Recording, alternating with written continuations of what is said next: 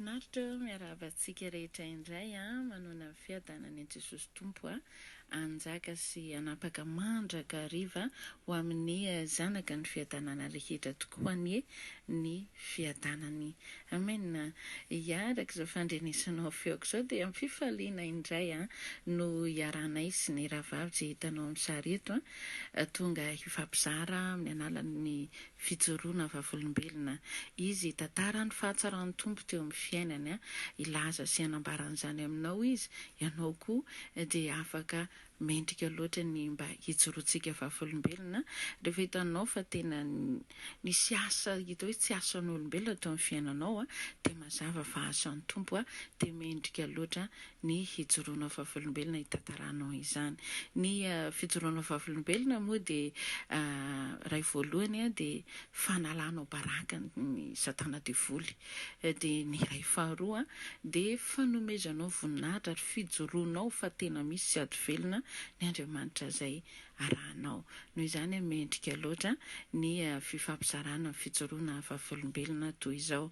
Ka mialohan'ny andrenesantsika ny rahavavy dia tsara manentana sy mampafantatra antsika fa ny pejy izay arahanao ato amin'ity Facebook ity dia manana ihany koa tsika any amin'ny YouTube any afaka tapenao misoratra hoe fiomanana ho any an-danitra dia hitanao ao misy fizarana maro dia maro ao izay afaka misafidy mihitsy ianao izay fizarana efa nozarain'ny mpikambana any amin'ny YouTube any.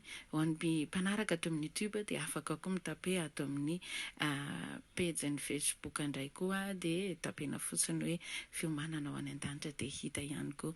Noho izany misy fifampizarana any amin'ny YouTube sy ato amin'ny pejy Facebook zany atsika arahana avokoa izany dia ny mpikambana rehetra ato anatiny fiomanana ho any an-danitra moa no mizara ireo fifampizarana samihafa ireo izay tena hoe anjara brika izay hoentinay mpikambana ny fizarana rehetra. Dia entanina ianao mba azoto hiheno ireo fifampizarana izay efa misy sy ny mbola ho avy rehetra dia mifanentana antsika dia mba ho mpiaino mpakatao avokoa izay rehetra fizarana hoentin'ny mpikambana. Amen. Eny ary izay no ela fandaotsika hiheno ny rahavavitsika hitantara ny fahatsaran'ny Tompo teo amin'ny fiainana izy. Mino fa ianao koa samby manana an'izay daholo tsika ary efa samy nahita an'izany hoe ohatran'izao ny fiainako teo aloha dia ohatran'izao rehefa nandray an'i Jesosy teo amin'ny fiainako. Dia mba anjaran'ny rahavavy izany izao ny tantara an'izay manaraka ihany koa anjaranao izay tsy mihafahafa mihitsy ny mpikambana fa mandrainao tanandroa rehefa foninanao hitantara sy hijoro vavolombelona hizara sy fizarana rehetra hitarita ny fanahinao fanan'Andriamanitra izany dia mandray anao ny mpikambana.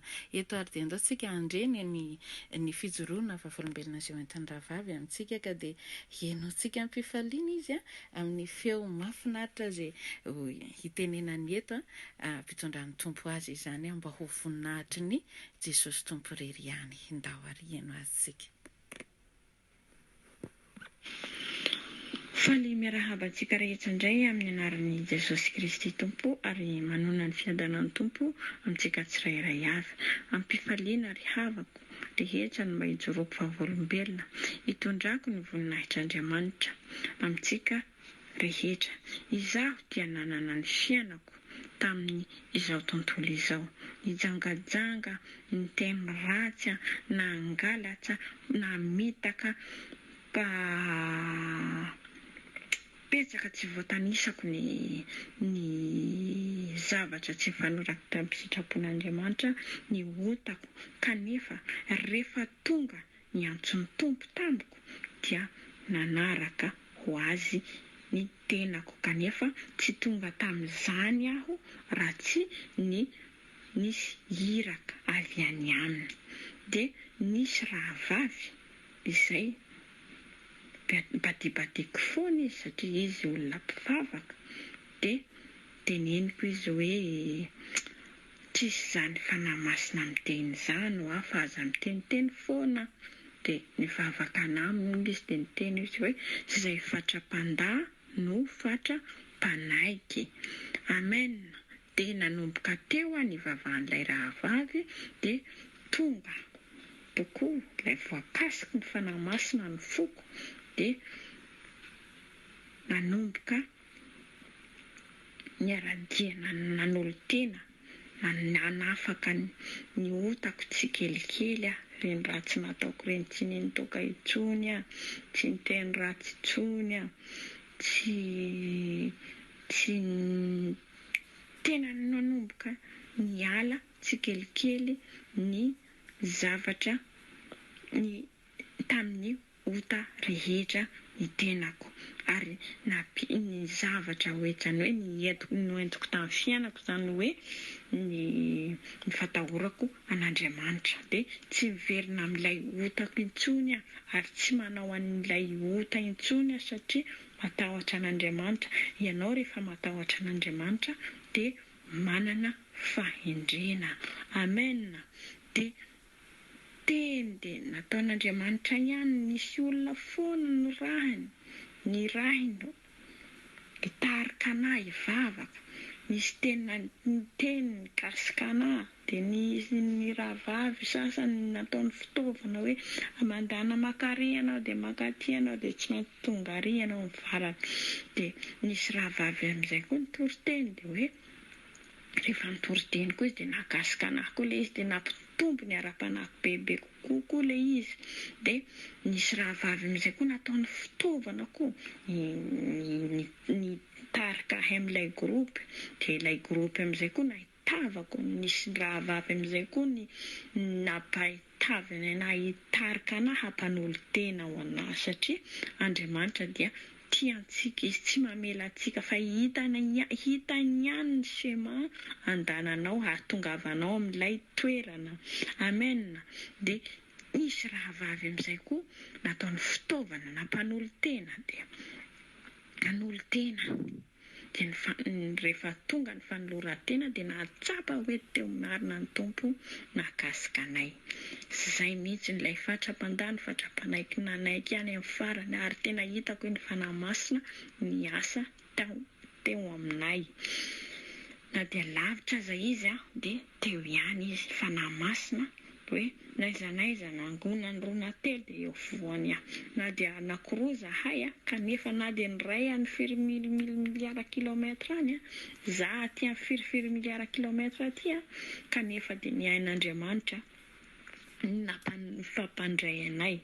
Zay natao hoe zay ny tenin'Andriamanitra hoe raha ny zanaka no hanafaka dia ho afaka tokoa ianareo. Amen. Dia vita ny fanolorako tena ry havana malala dia nisy fety koa tamin'io andro nanolorako tena io ihany nisy fety hoe dia nandeha tany amin'ilay fety dia rehefa tonga any amin'ny tany amin'ilay fety dia nahita ny reny namana niady tamboko namana nanako lolompo namako tsy mifanaraka taminahy zany dia rehefa nifankahita tamin'ireny dia tena hitako hoe madio nifandray tamin'izy ireo aho hita hoe ary nifona tamin'izy ireny tsy nitazona ampo intsony. Amen. Ianao rehefa manolo-tena an'Andriamanitra dia ireny ny mila madio fo ianao tsy mila ohatrany nataonao taloha koa. Amen. Dia Andriamanitra ny voninahiny satria nahalala namela heloka aho na dia nanano fahadisoako aza za na dia nanano fahadisoan'ilay olona tsy nitazomiko ampo zany fa navela vita hatreo. Amen. Mbola tsy tonga ihany koa ny mbola tsy afaka ray volana dia niroso amin'ny batisa indray ny tenako satria ny batisa hoy Zeza dia hoe fandevenana ny ota izay vitanao satria za nanaiky an Jesosy ho tompo sy mpamonjy ny fiainako dia nandevina ny otako hoe vita izay ny ota vita izay ny ditra nanomboka 7 taona okizay andeha hanaradia an'Andriamanitra amin'izay dia nandevina ny otako moa za tamin'ny nanao batisa, dia rehefa vita ny batisa dia nisy fahagagana nataon'Andriamanitra tao aminay. Azafady, rehefa hatao ny batisa tonga tany amin'ilay toerana izay dia nisy toerana efa nomaniny anay, tena hoe ilay toerana tena hoe voninahitra ho an'Andriamanitra irery ihany ry havana malala. Fa ilay toerana tena efa nomaniny, vehivavy anankiray mipetraka eo anatin'ilay aloka, sady misy ino moa izy ohatrany hoe labasy izany, misy labasy dia nisy tsiny eo dia izy irery ihany. Dia nanantona anazy teny izay dia hoe eny ary izy dia ohatrany hoe zahay ihany no nandrasany teo. Rehefa tonga teo izay dia lasa izy nandeha navelany teo izay. Tena nomanina an'ilay toerana izay, nefa izay tsy nanomana hoe inona fa dia hoe saika nijanona teo mamay fasika dia teo miain'andro. Nefa nahavahan'ny tompo tena voninahitra ho an'Andriamanitra irery ihany. Fa tena rehefa miara-dia amin'Andriamanitra ianao, tsy mamela anao irery izany izy. Izy no mitondra ny fiainanao, izy no mamolavola anao, izy no mandidy anao, izy no manao ny zavatra rehetra momba anao. Amen. Dia vita ny batisa ry havana malala, dia tonga mbola tsy ampy hoe ray volana akory après ny batisa koa dia vita ny tonga tamiko koa ny batisa fanahy masina. Izany hoe ny batisa ny fanahy masina izany dia ilay niteny amin'ny teny tsy fantatra. Dia mbola tsy iza ihany no nahazoako an'ilay batisa ny fanahy masina, fa io rahavavy izay nampanolo tena io no nitondra, satria zahay ao amin'ny gropy, zahay ao amin'ilay gropy manao vavaka isaka amin'ny 10 maraina, dia nivavaka izy indray nitarika tamin'izany fotoana izany. Dia rehefa nitarika izy dia ianao kosa rehefa misy mpanompon'Andriamanitra miteny anao, reny mpitarika reny miteny anao hoe manaova an'izao, izao ny atao, dia mba manaova, mba mankasitraha, dia mba haraho, satria reny tsy hoe izy ny mamorona fa ny fanahy masina no mampiteny azy hoe izao ny atao, miankohofa dia miankohofako tao, dia hoe mandaotsika hiakopy eo anatry an'Andriamanitra, miankohofy ianao, dia reny mila respektevanao koa izany reny hoe rehefa na dia tsy hitanao, satria zahay manao prière par appel, dia tsy mifankahita izay, tsy hitan'ny masonay izy, kanefa tsy mahita anay koa izy, kanefa ankasitrahanao, arahinao reny zavatra teneniny reny hoe izao ny atao dia manao ianao, izao ny atao dia manao ianao. Fa izaho dia nanatateraka izay zavatra niteneniny hoe miankohofa, mandohaly efa tonga ny fotoana iankohofana dia miankohofa tokoa. Rehefa miteny izy miankohofa, efa mitaon'izy dia mitsangana, rehefa miteny izy apetrahany tanana ambony lohanao dia ataovy ry havana malala, fa reny koa dia anisan'ny fankatoavana. Amen.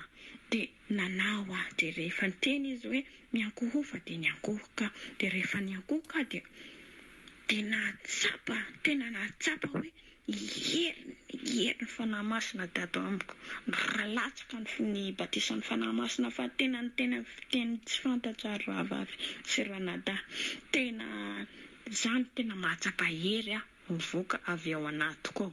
Amen.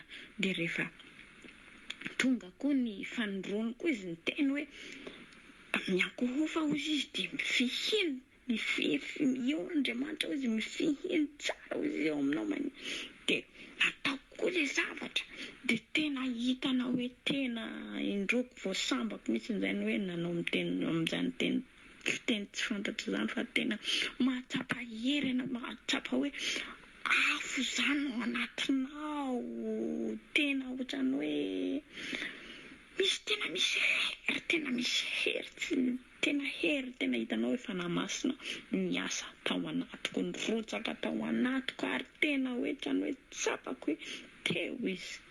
Amen. Ny hafaliako tena hoe trano hoe voninahitra ho an'Andriamanitra rery ihany, fa tena hoe niasa mihitsy izy, tena nanao, tena hoe tonga amin'ny tena hoe tanteraka tokoa ny batisan'ny fanahy masina, satria raha vavy io rehefa nanolo tena dia miteny izy hoe angatahako izy ny batisan'ny fanahy masina amin'ny teniteny tsy fantatra, fa ho azonao izany.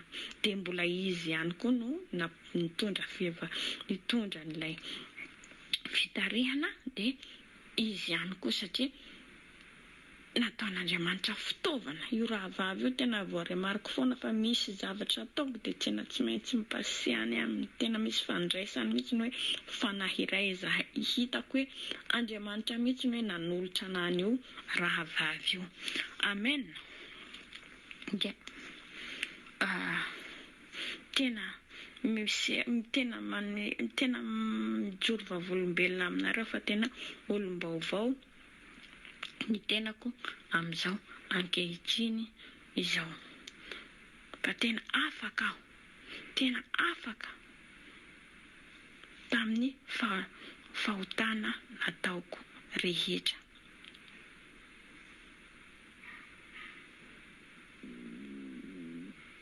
Amen.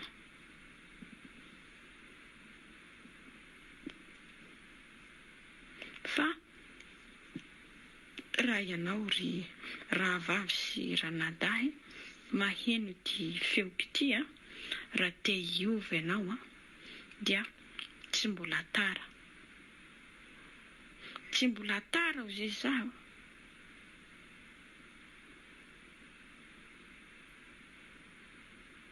Tsy mbola tara ianao fa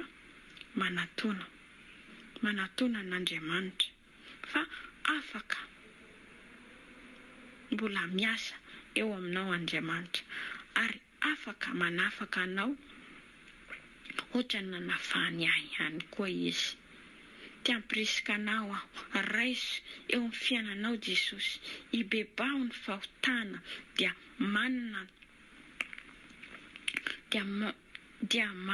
manatona ny Jesosy, raiso izy ho tompo sy mpamonjy ny fiainanao, dia hitanao fa tena miova tokoa ianao, ary dia raiso ny antanana tanteraka, tena tomponao tokoa izy mandritra ny fiainanao. Dia voninahitra ho an'Andriamanitra irery ihany.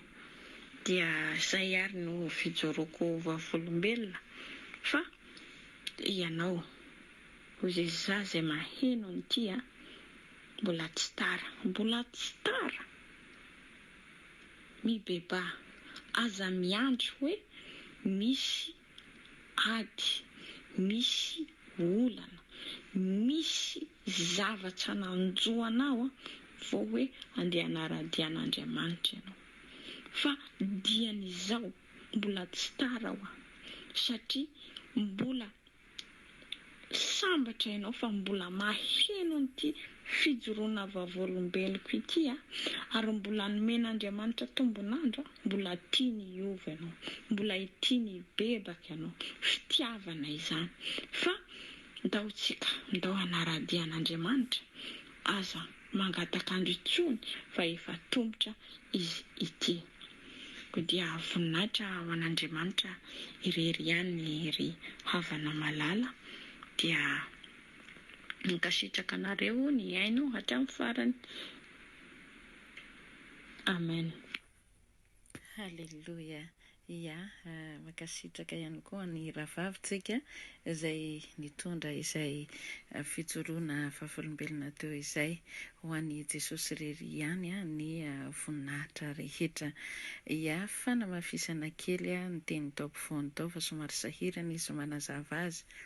Tamin'ny fotoana nandraisany ny batisan'ny fanahy masina, dia hozy izy teo hoe dia mbola i rahavavy io ihany tsy izy nazahoako azy, dia azavaiko kely le izy tamin'ny fotoana satria zany ilay fikambanana zany misy fotoam-bavaka rehefa lahady maraina dia tao anatin'ilay fivoriam-bavaka zany dia lay rahavavy azavainy zany no nitarika ny fotoana tamin'io fotoana io dia mifanentanana moa zany tsy maintsy ataon'ireny mpitarika ireny hoe miara-miakohaka dia tafiditra ao anatin'ny fanatrehan'ny tompo zany dia ataovy tsampanao hoe eo aminao Jesosy dia mamihana dia ohatran'ny hoe eo ambony tratran'i Jesosy ianao mamihana azy sy ny sisa ary masahiny teny amin'ny teny tsy fantatra sy ny sisa zany hoe ilay teny mpitarika zany no nakatoaviny dia ilay rahavavy nilazainy teo na mpanolo tena azy zany no mbola nitarika an'ilay fotoana dia ohatran'ny hoe natao fitaovana zany ilay rahavavy nazavainy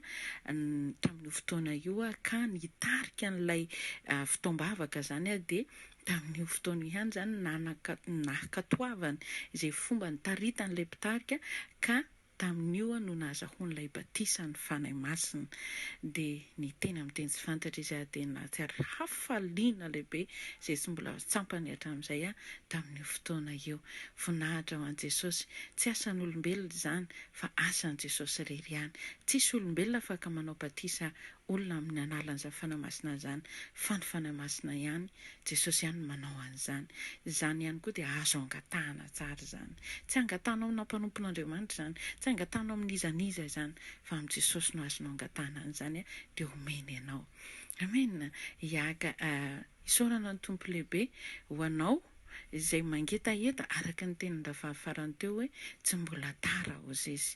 Tsy mbola tara ho antsika rehetra izay tsy mbola nandray an'i Jesosy teo amin'ny fiainana dia fotoana mety izao. Raha mbola mba nandre ihany ianao dia aza atao mandalo fotsiny tsy tonga ho azy ny fotoana andrenesanao fijoroana vavolombelona toy izao fa mety fotoananao ihany koa fankatoavanao sy ny fanapa-kevitra no andrasan'ny tompo aminao. Hitantsika fa ny velona ihany no mahazo tombony ary ny velona ihany no azon'ny tompo hiasana nefa maty efa vitany aminy. Ka ho azy ianao izay velona androany ny tompon'izao tompon'izao fotoana izao satria isika ilay mifankandre zany ary aza atao fotsiny hoe fantatro Jesosy dia fantatro ny fisian'Andriamanitra dia izay.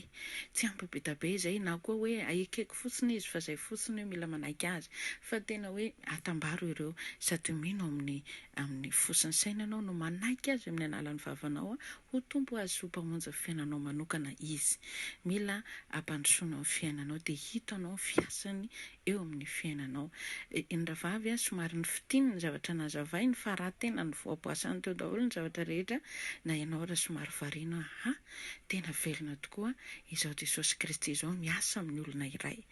Amin'izao izy rehefa misy zavatra mitrango amin'ny tokantranony dia tonga dia manana fahefana izy mitondra ambavaka ny akohona ny zanany sy ny sisa zavatra rehetra tonga dia ataony hoentiny ambavaka dia tonga dia misy valiny eo eo satria izay ilay tombony mandray an'i Jesosy amin'ny fiainana, manana fahefana ianao mampiasa an'ilay anaran'i Jesosy amin'ny zavatra rehetra.